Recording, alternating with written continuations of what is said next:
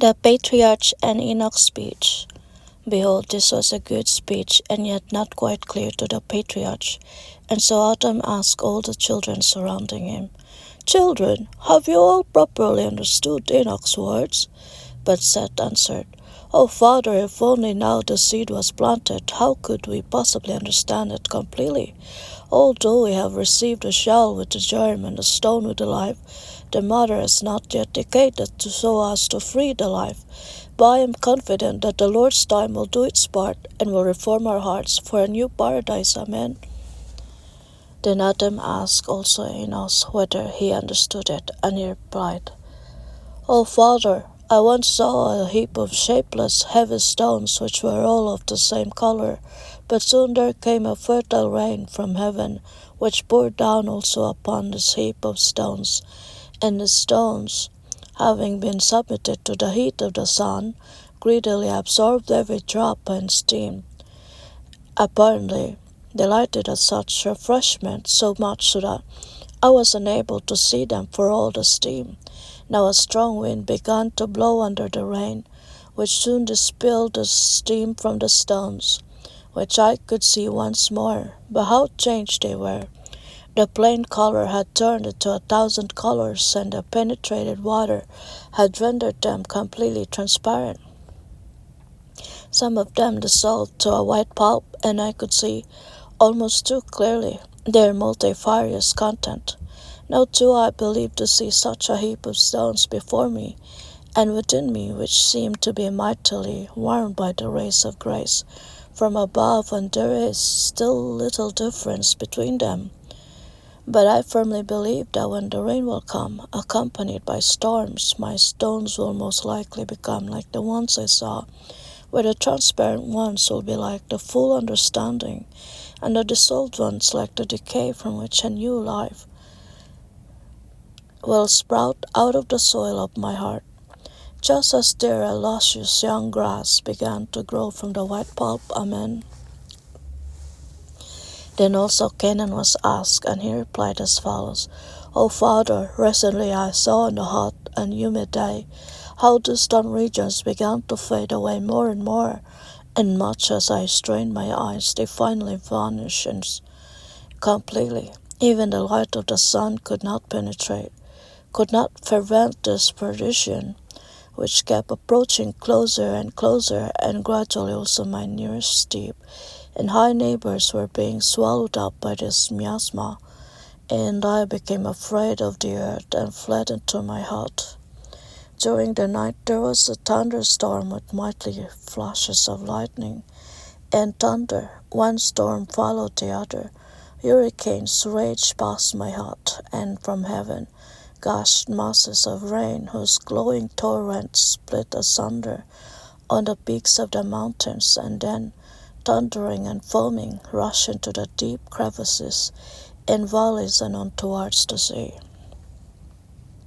O fathers, then my whole house languished in a great stupefying fright, and was afraid of God.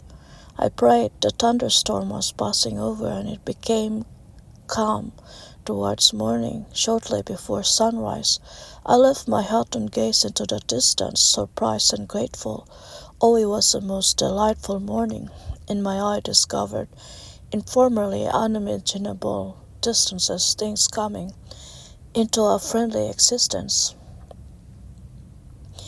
And so I firmly believe that also after my hurt stormy night, there will arise a calm and delightfully pure morning in and through the love for God, our most loving and holy Father. Amen. The question was now put to Mahalalel, whether and how he had comprehended Enoch's speech, and he answered them laconically, O fathers, I recently decided one morning to gaze at the sun in order to maybe discover in it something, like in the full moon. However, I soon received a punishment for my folly, for when my eyes could no longer bear the great burning intensity of the light, and I turned my eyes away from the sun, I noticed with great anxiety that I could no longer see anything.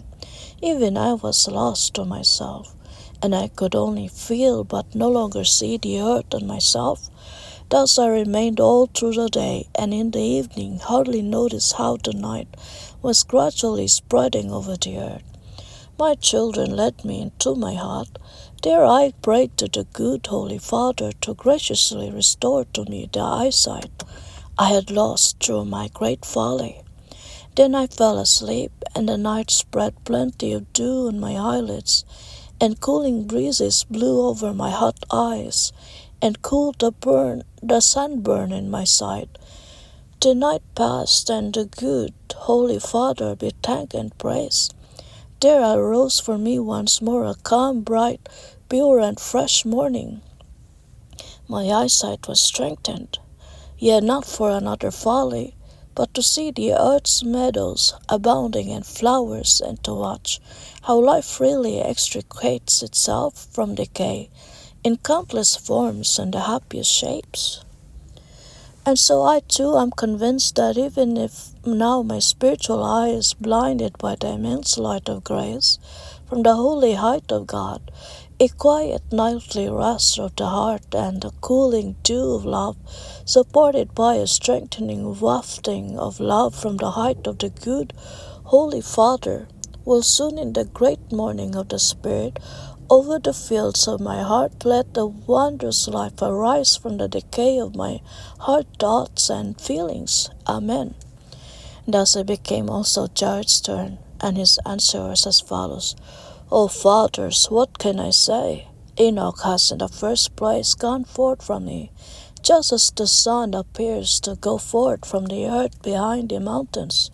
But it soon rises above the depths of the earth, and mightily spreads its rays over the endless space, and then the entire earth, blinded, bathes in the supremely mighty rays of its light. It awakens all life to happy activity in a multitudinous, marvelous unfolding out of the decay of the night. So I also believe firmly and steadfastly that Enoch was raised to an immeasurable height above me, like a sun, and now my whole being is blinded by his great light. However, the holy light shall act only like the light of the sun, and my night shall become a blessing to me. For if the light gives life and draws the living germ from the decay, then wondrously forming and guiding it, I shall no doubt, being not less than a plant, be looked after by the Lord in the tranquil calm of my humility. O fathers, of that I am sure. May the Lord give to everyone what pleases him. Amen.